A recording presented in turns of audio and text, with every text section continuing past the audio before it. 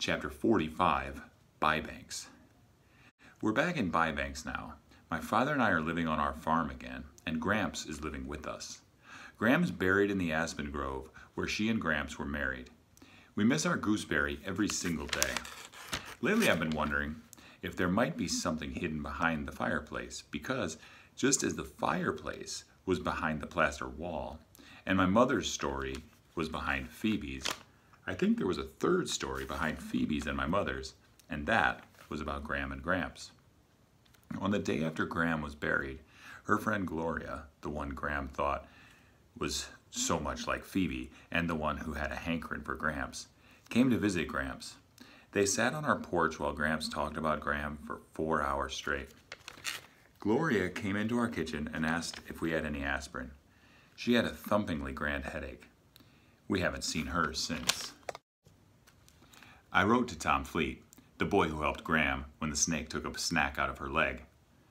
I told him that Gram made it back to Bybanks, but unfortunately she came in a coffin. I described the aspen grove where she was buried and told him about the river nearby.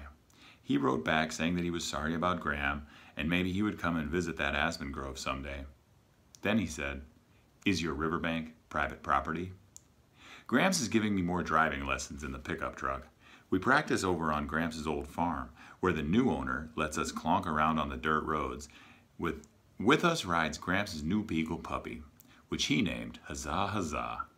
Gramps pets the puppy and smokes his pipe as I drive, and we both play the moccasin game. It is a game we made up on our way back from Idaho. We take turns pretending we are walking in someone else's moccasins. If I was walking in Phoebe's moccasins, I would be jealous of her new brother dropping out of the sky. If I was in Gram's moccasins right this minute, I would want to cool my feet in the river over there. If I was walking in Ben's moccasins, I would miss Salamanca Hill. On and on we go. We walk in everybody's moccasins, and we have discovered some interesting things that way. One day I realized that our whole trip to Lewiston had been a gift from Gram and Gramps to me. They were giving me a chance to walk in my mother's moccasins, to see what she had seen and feel what she might have felt on her last trip. And another afternoon, after we had been talking about Prometheus stealing fire from the sun to give to man, and about Pandora opening up the forbidden box and all the evils of the world in it, Gramps said that those myths evolved because people needed a way to explain where fire came from and why there was evil in the world.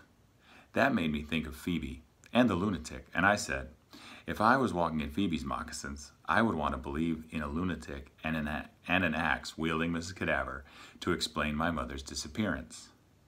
Phoebe and her family helped me, I think. They helped me to think about and understand my own mother. Phoebe's tales were like my fishing in the air. For a while, I needed to believe that my mother was not dead and that she would come back. I still fish in the air sometimes. It seems to me we can't explain all the truly awful things in the world, like war and murder and brain tumors, and we can't fix these things.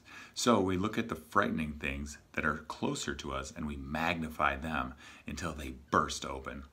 Inside is something we can manage, something that isn't awful as it had first seemed. It is a relief to discover that although there might be axe murderers and kidnappers in the world, most people seem a lot like us, sometimes afraid and sometimes brave, sometimes cruel and sometimes kind. I decided that bravery is looking Pandora's box full in the eye as best you can and then turning to the other box, the one with the smooth, beautiful folds inside. Mama kissing trees, my Gram saying huzzah, huzzah, Gramps and his marriage bed.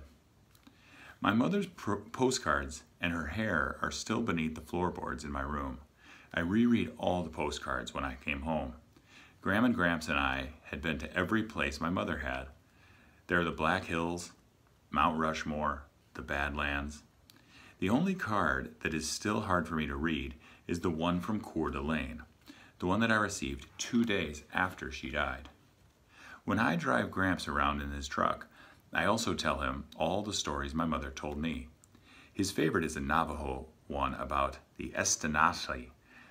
She's a woman who never dies. She grows from a baby to a mother to an old woman and then turns into a baby again, and on she goes, living 1,000 lives. Gramps likes this, and so do I. I still climb the sugar maple tree, and I have heard the singing tree sing.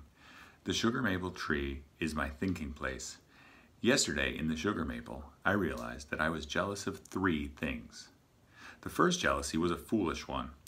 I am jealous of whomever Ben wrote about in his journal, because it was not me. The second jealousy is this. I am jealous that my mother had wanted more children. Wasn't I enough? When I walk in her moccasins, though, I say, if I were my mother, I might want more children.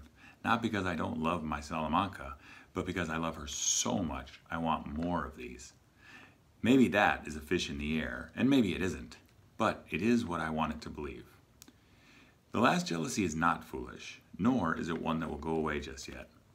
I am still jealous that Phoebe's mother came back, and mine did not. I miss my mother. Ben and Phoebe write to me all the time. Ben sent me a Valentine in the middle of October that said, "Roses are red, dirt is brown, please be my Valentine, or else I'll frown." There was a P.S. added. I've never written poetry before. I sent a Valentine back that said, "Dry as the desert, wet as the rain, your love for me is not in vain." I added a P.S. that said, I've never written any poetry either. Ben and Phoebe and Mrs. Cadaver and Mrs. Partridge are all coming to visit next month. There is a chance that Mr. Berkway might come as well, but Phoebe hopes not, as she does not think she could stand to be in the car for that long with a teacher. My father and I have been scrubbing the house for their visit. I can't wait to show Phoebe and Ben the swimming hole, and the fields, and the hayloft, and the trees, and the cows, and the chickens. Blackberry and the chicken that Ben gave me is the queen of the coop, and I'll show Ben her too.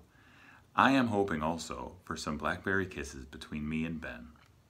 But for now, Gramps has his beagle, and I have a chicken and a singing tree, and that's the way it is. Huzzah, huzzah.